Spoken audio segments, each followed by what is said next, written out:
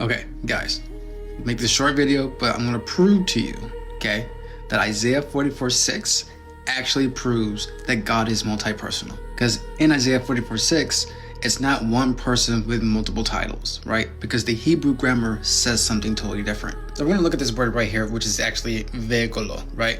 Vav, ve, then you have gol, and then you have this word right here, vav again, it would be o, okay? So it's vegolo. So we're just gonna talk about this letter right here. So this right is what we would call a conjunction, Hebrew conjunction, right? For like and, but whatever, right? This is not like poetic filler. It's just giving you a coordination of two individuals or two subjects. So when you're reading, thus says Yahweh, King of Israel, and his Redeemer, right? Yahweh of hosts. If there were one person with two titles, Isaiah didn't need a conjunction, but he used one. So they Shalom Aleichem, Hebrew Torah 101. Response video to the video you just seen at the beginning. The person is claiming that based upon Isaiah 44 verse 6 that this requires for Yahweh to be two persons based upon the fact that there is a wav in between the two nouns, Melech Yisrael and Go'alo. Alright, so let's take a look at that claim. All right, so let's take a look at the verse. We have Kuama Adonai, Melech Yisrael, Lo Shema Sebo. All right, so we have, thus says Yahweh, King of Israel, and his Redeemer, Yahweh of hosts. All right, so this clause doesn't cause, us to say, hey, it's two people here at all. It only calls for one. And the only reason people are saying this is because of the wav that separates the King of Israel and his Redeemer.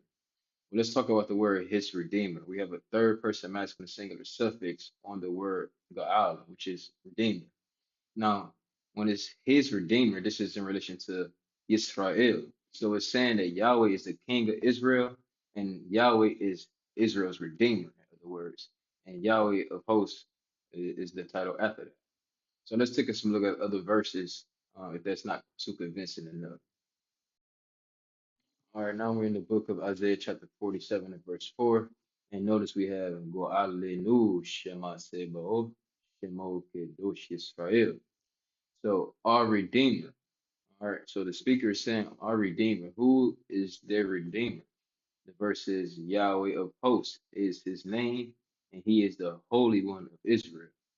All right, so notice we have titles here. All right, we have our Redeemer, we have uh, like Yahweh of hosts, and the Holy One of Israel. So we have three titles for the one God. He's the Redeemer, he's the Lord of hosts, and he's the Holy One of Israel. All right. So we have in that verse there that Yahweh is in fact the Redeemer of Israel. Notice it doesn't have another person there, only one. All right, so now we're in the book of Isaiah, chapter 48 and verse 17. And notice we have the same vocabulary function with the vocabulary here. So we have Koama Adonai, Go Alcha Kedosh Israel, Ani Shema Elohecha. Okay, so this says Yahweh, your Redeemer. Who is your Redeemer in relation to? Israel. So this is why it says Yahweh, your Redeemer, Holy One of Israel. Yahweh is the Redeemer of Israel, and He's the Holy One of Israel. Ani, the word of Israel there, it's a first person common singular. All right. So when I say I'm not talking about me and another person. I'm talking about me. All right. So God is saying, I am Yahweh, your God. All right. So we only have one speaker within this verse here, being identified as the Holy One of Israel and the Redeemer of Israel. All right. So another verse. All right, in the book of Isaiah, chapter 49 and verse 7, again we have Ko ama Adonai go el Yisrael kedosho. All right, this is Yahweh, Redeemer of Israel, kedosho, His Holy One. Notice we have that third person common singular suffix again on kedosho, His Holy One.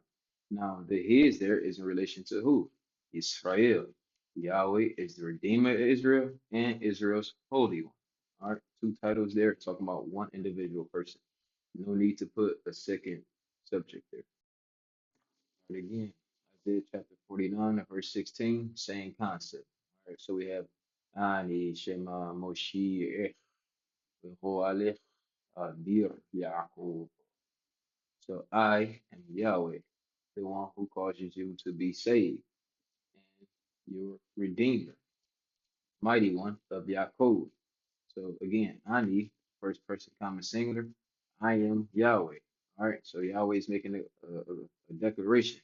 He's Yahweh, and He's the one that causes to be saved, causes you to be saved. Talking about Israel in this context. Israel here is being addressed as the feminine, which is why we have the kaf of the suffix here looking the way it does, and not ha, but he. All right. This is a feminine conjugation. So God is saying He's the one who causes Israel to be saved, and He is the one redeeming Israel. All right. And He's called the mighty one of Israel. So notice we have Yahweh with three titles: Moshiach, Savior; Goalech, Redeemer; and Abir Yaakov, mighty one of Yaakov. All one person. All right, three different titles. All right, again, the book of Isaiah, chapter 54 and verse 5, we have Ki bo alaich o saich, Shema Sebaoth Shemo. Yehoalech Kedosh Yisrael. All right. For your maker, your husband. All right. Talking about Israel and the feminine again, as we talked about with the feminine suffix. Yahweh of hosts is his name. All right. So we have Yahweh being identified as the host. All right. Yahweh of hosts is his name. Yehoalech, and your redeemer. Or notice we have the Wav there. That doesn't make Yahweh two persons. It's just saying Yahweh of hosts. All right, it's his name, and he is your redeemer. All right, talking about Yisrael. Kedosh Yisrael, Holy One of Israel. So again, Yahweh is the Holy One, and he's the Savior, and Yahweh is host is his name in this verse. Same with the other ones. All right, let's take a look at another example because I know people may say, oh, well, God is different, you know. All right, so let's take a look at, men and the same vocabulary being used in relation to them. Now, this is 2 Samuel chapter 23 and verse 1. And notice we have highlighted Ne'um Dawid bin Yishai. So declare David, the son of Jesse. Ne'um ha'jebir hu qam al. Declare the mighty man established upon Mashiach Elohe Yaakov, the anointed one of the God of Yaakov, Une'en Zemi Israel, and the delightful singer of Israel. So notice we have multiple titles, all right, for one man, which is King David. Nobody would say that King David is multiple people. Having examined those verses that we just went over, let's come back to the main verse again and let's read it through and make sense of it. Thus says the King of Israel and his Redeemer, the Lord of hosts: I am the first, I am the last, and besides me there is no God. So there is only one God. All right, so one individual speaker here is claiming to be the first and the last, and there is no God besides him. We go back up to the top, the same individual speaker saying he's the King of Israel and Israel's Redeemer. And Yahweh of hosts is his name. Simple Hebrew Torah 101.